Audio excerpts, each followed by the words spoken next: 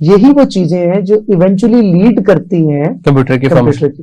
مطلب اس درخت کمپیوٹر نہیں ہے لیکن کمپیوٹر سے منسلک چیزوں پہ اور وہ ان کی جو فائن الٹیمیٹ پروڈکٹ ہے وہ کمپیوٹر کی شکل کمپیوٹر کی شکل میں آج ہمیں دکھائی دیتی ہے. تو کمپیوٹر کی جو چیزیں ہیں مختلف چیزیں جیسے آپ نے ایک بتایا یہ اس طرح جی پی ایس کے اوپر بھی کوئی کام کیا؟ اس زمانے میں جی پی ایس میں تو مسلمانوں کا بہت اہم دخل تھا کیونکہ مسلمانوں کو ایک تو اتنی بڑی امپائر، اس پہ ٹریولرز ہیں، اس پہ آرمیز ہیں، اس پہ انڈیویجولز ہیں، اس پہ بزنس کاروانز ہیں، ان کو کیسے ہینڈل کریں گے؟ جی تو ان کو نیویگیشن کا ایک سسٹم چاہیے تھا، اس کو کہلاتے تھے ایسٹرولب. نیویگیشن کی ایک ڈیوائس تھی. اچھا. جیسے آج ہمارے ہاں یہ ہاتھوں میں بندی ہوئی اسمارٹ واچز ہیں جی یا موبائل میں نیویگیشن سسٹم ہے، وہ اس کو ایک خاص طریقے سے استعمال کیا جاتا تھا.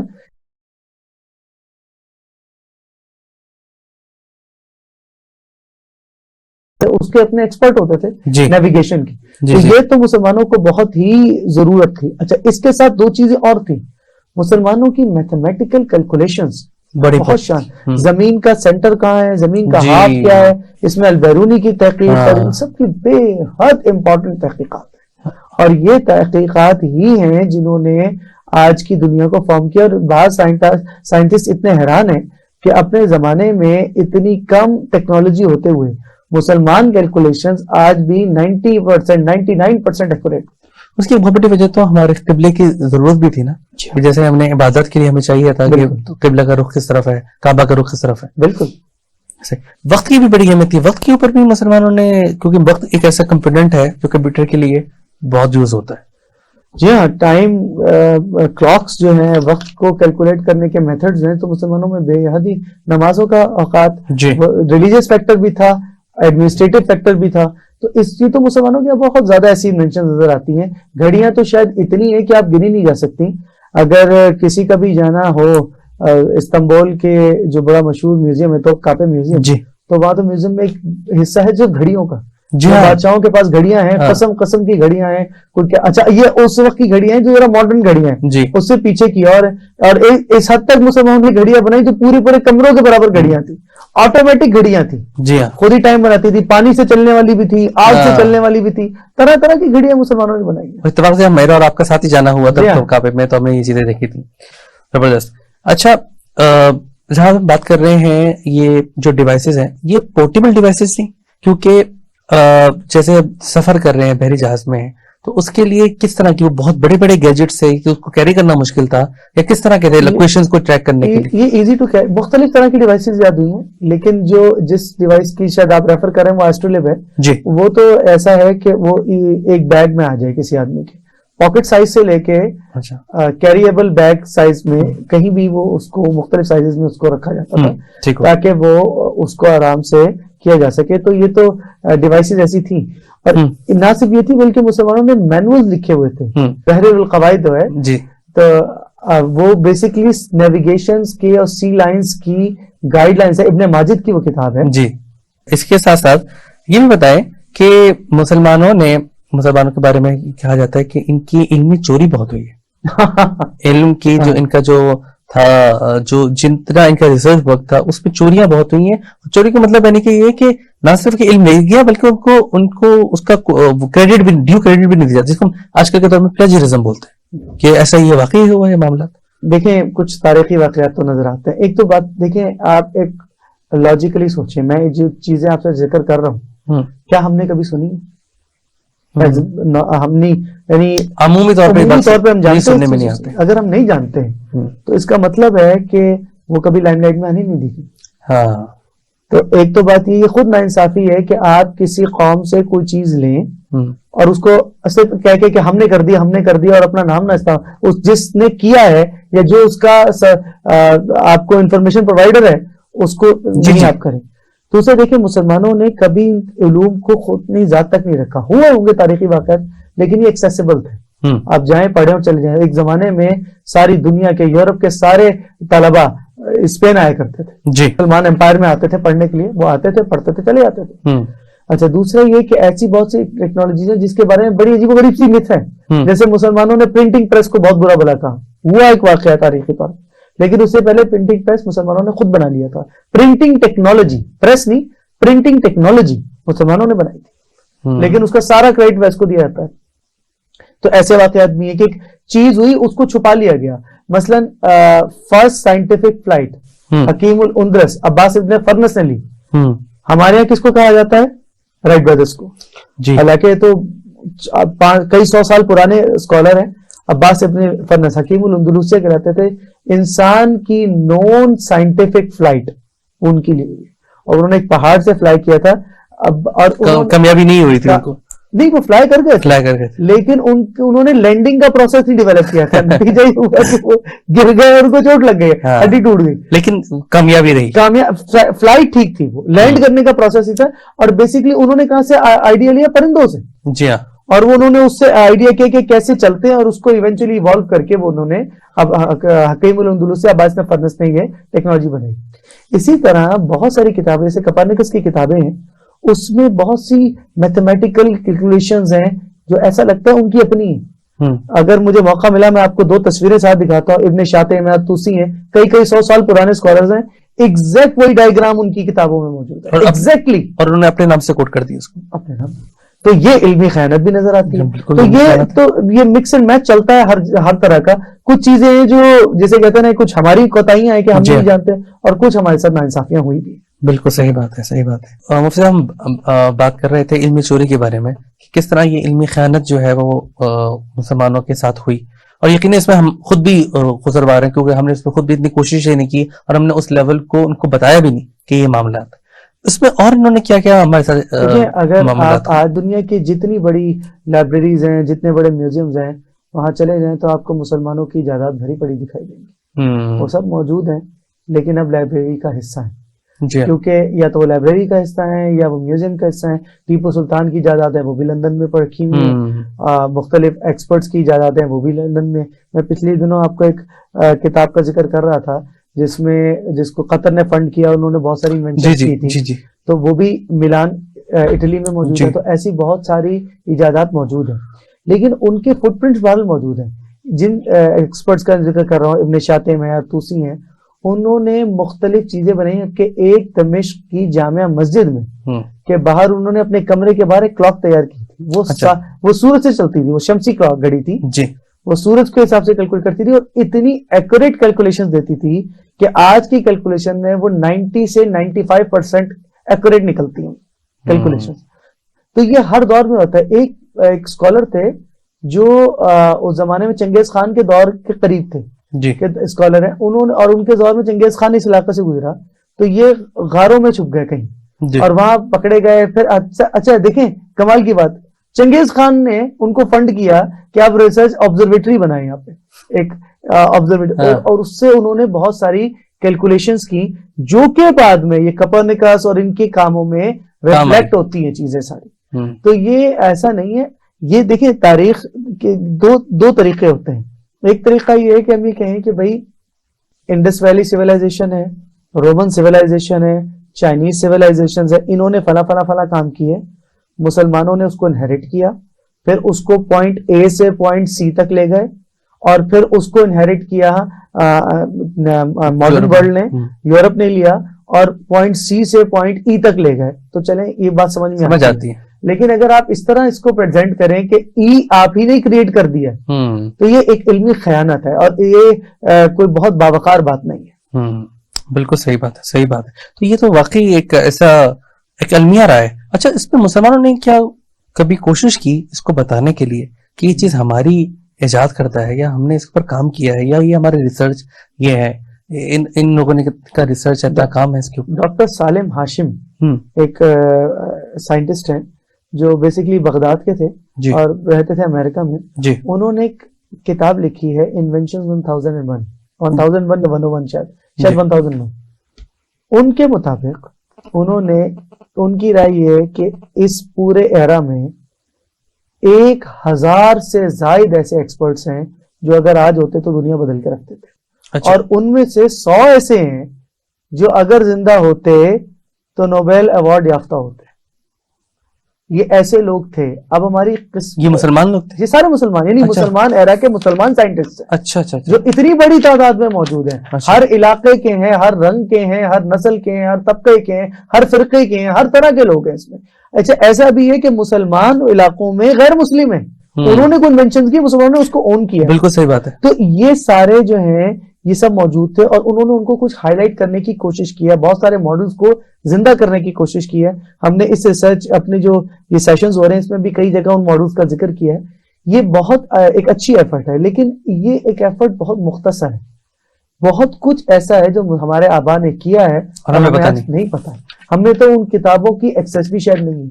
لیکن دیکھیں ایک بات کی تو سمجھ آ گئی نا اس سارے عرصے میں، ہمارا انٹائر لائف سٹائل جو آج ہمیں جدت دکھتی ہے اس کی انڈر لائن ٹیکنالوجی آپ ہی کیا باقی تھی. بالکل زبردست. یہ ایسا تو نہیں ہے نا کہ یہ فلاں دشمن کی ہے اور یہ فلاں غیر مسلم کی ہے اور یہ انگریز کی ہے اور یہ فلاں کی ہے، ہم اس کا بائیک آؤٹ کر دیں گے. جی ایسا یہ بائیک آؤٹ کرنا کچھ کمال کی بات نہیں ہے. اس میں بہتری کرنا اپنا کام ہے. آپ اس کو انہیریٹ کریں، اس کو سیکھیں اور آگے لے کے جائیں. کسی زمانے میں کچھ حالات کے تحت کسی خاص وجہ سے بائیک آؤٹ ہوا ہو وہ ایک اور بات ہے، لیکن آپ ایک as a whole bike out کر کے ان سے باہر نکل جائیں اور دوسرے کو دے دیں کہ وہ ٹیکنالوجی میں آگے جائے گا، اس کا کوئی فائدہ نہیں. آج بھی بہت افسوس کے ساتھ یہ بات کہنی پڑتی ہے کہ اس وقت بھی جو دنیا میں جدید ترین ٹیکنالوجیز ہیں ان میں سے بہت سی مسلمانوں کے پاس نہیں ہے. یہ سب اکثر نہ ہو ایک لے دے کے ہمارے پاس نیوکلیر ٹیکنالوجی ہے جو وہ بھی بہت لمیٹڈ، واحد ہم وہ بھی ایٹ لیسٹ اتنی ہے، عام دنیا میں واحد ہے، اور جس مشکل سے وہ میسر آئی ہے وہ بھی سب جانتے ہیں. ناظرین، ان سارے پروگرام کا جو بنیادی مقصد تھا وہ یہ سمجھنا تھا کہ کیا ویژن اور کس ویژن سے ہم لوگوں نے کام کیا، اور یہ جو ہم ساری چیزیں دیکھتے ہیں آج کے دور میں، یہ اس میں جو بنیادی کام کیا ہوا ہے وہ مسلمانوں کا کام کیا ہوا ہے. اور یہ کہنا آج کل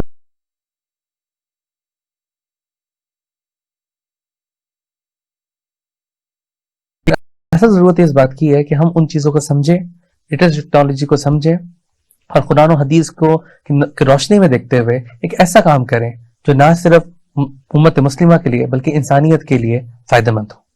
ان پروگرام کو انشاءاللہ دیکھتے رہیں، اسی طرح کے اور پروگرام بھی ہم لوگ کرتے رہیں گے. تب تک کے لیے اجازت دیجیے. آپ کا میزبان علی عثمانی آپ کو اللہ حافظ کہتا ہے.